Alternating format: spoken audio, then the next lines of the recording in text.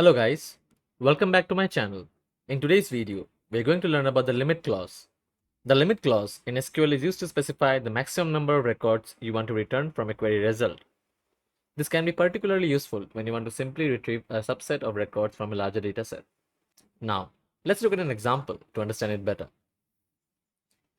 In this example, we have a table called employees with the following column ID, name, position, and salary.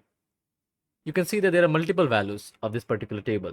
Now, if you want to just display the first three rows, so after the select statement from employees, write limit 3 and run it. We can now see that it returns only the first three values of the table. So, in what situations would you usually use this?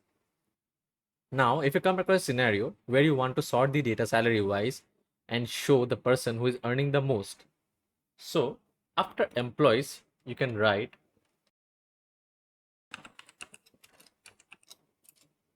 the column that is salary and DESC for descending.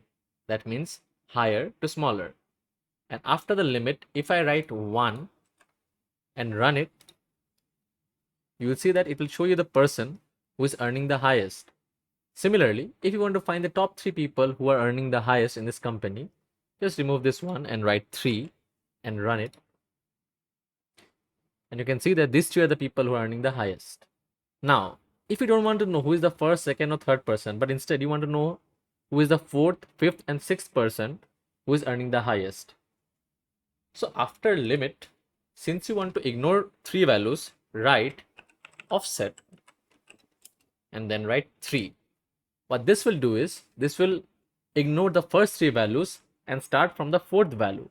Now if you run it, you will see that it has changed. Now the salaries are 60,000, 55,000, and 50,000. So what this is doing is that we are first ignoring the 3 values that have come in the table, and from the fourth value we are taking 3 values. So this is how it's working. If we write offset 2, you will see that there will be one value above this.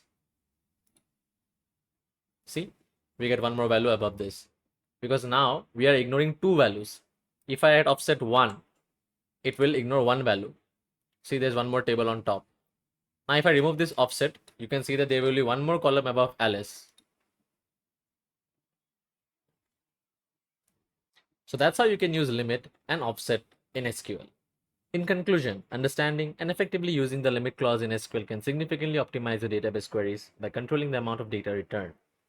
Thanks for watching, and don't forget to like, share, and subscribe for more SQL tips and tutorials. See you in the next one.